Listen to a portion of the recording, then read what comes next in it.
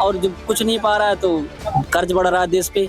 तो इन सबको चीजों को सोचे, किसान परेशान है, उसके लोन माफ करें, युवाओं को रोजगार प्रदान करें, और जब रूट सही होगा तब जाकर के पूरा पौधा हमारा हरा भरा होगा, पूरा देश हरा भरा होगा। हॉस्पिटल बढ़ाने से ज्यादा कंपलसरी है कि सुविधाएं बहुत बढ़ाना इंपॉर्टेंट है। तो एक प्रॉपर कमेटी बना के डोर टू डोर संपर्क करें। 27 में यूपी में विधानसभा चुनाव है। हाँ, 2027 में उत्तर प्रदेश में विधानसभा चुनाव है, जिसकी पूरी पार्टियां उस पर नज़र बनाए रखी हैं। क्या लगता है किसकी सरकार बनेगी?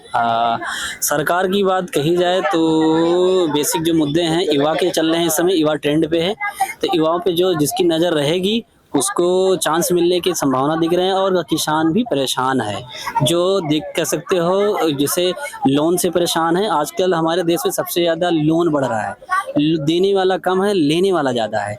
और उसमें सबसे बड़ी कमी क्या आ रही है कि लोग लोन तो लेने जा रहे हैं, लेकिन बैंक के पास में डिस्काउंट चलता है कि आप 30% 50% मैनेजर तक कनेक्ट रहते हैं। ऐसे सिचुएशन में किसान ले जाता है, लोन भी कम उसके नाम पे ज़्यादा लोन मिलता है और कम पाता है। फिर इन केस में प्राकृतिक तौर पे उसे आपदाएं झेलता है, जिससे पूरी तरह डैमेज हो जाता है।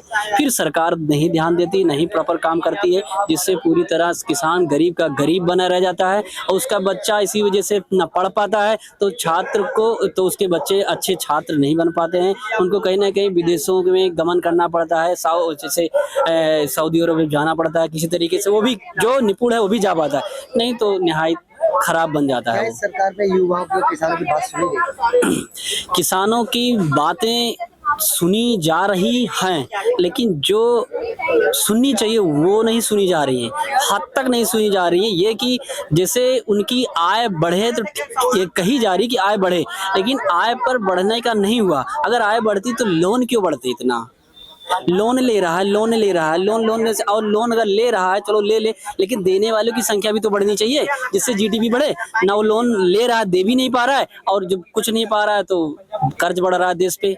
और यही नहीं, ऐसे हमारे राजनेताओं का खर्च भी बढ़ रहा है उनके अंदर, क्योंकि अब इनको, जैसे मैं एग्जाम्पल के तौर पर बताऊँ, हर चुनाव में मोदी जी को जाना पड़ता है, प्रधानमंत्री की सिक्योरिटी जाती है, सारी सुविधाएं जाती है प्रचार करने के लिए। इतने बड़े प्रधानमंत्री को जाना पड़ता है कि एक राज्य को लिए हर जिले में जाना पड़ता है, तो वो भी खर्चा पड़ता है।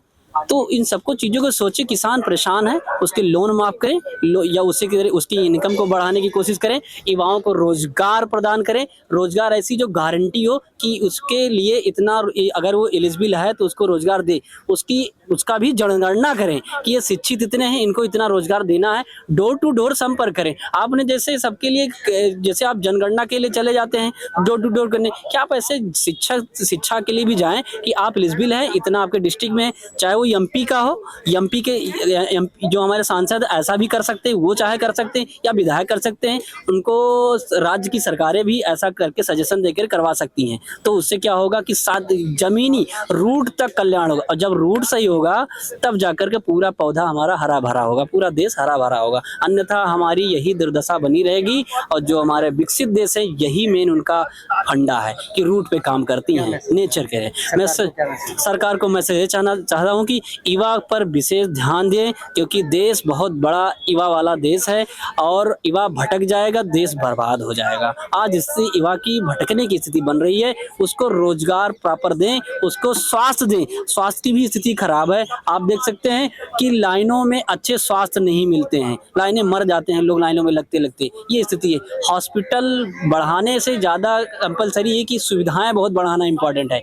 हॉस्पिटल आप प्राइमरी स्तर पर बढ़ाएं, लेकिन अच्छे स्तर पर कम से कम कुछ नहीं तो एक जिले में एक तहसील में वेल मेंटेन वाला बनाएं हॉस्पिटल, जिसमें सारी सुविधाएं, उसे 400 किलोमीटर 300 किलोमीटर ना जाना पड़े, यानी पेशेंट जाते जाते वो दम ना तोड़ दे, ऐसा की स्थिति ना आए। सरकार को 10 मत जी, यूपी सरकार को 10 मत यूपी सरकार को मैं 10 में से बस 5 ही नंबर देना पड़ूंगा, अभी भी खिलाफ है।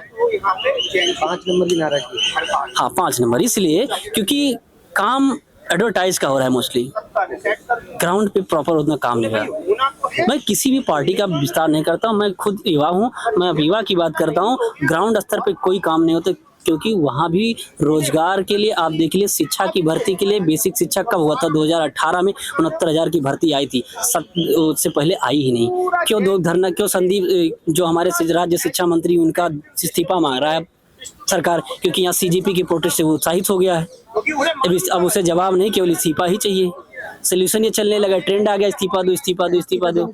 इस्तीफा देने से कोई हल नहीं निकलेगा, दूसरा आएगा फिर कहेगा मुझे समय दो काम करने के लिए, 5 साल बीत जाएगा। रोजगार आ जाए, उसकी जवानी खत्म हो जाएगी, बुढ़ौती आ जाएगी, लौंडे बच्चे खत्म हो जाएंगे उसकी भी, ऐसी सिचुएशन मेंटेन रहेगी।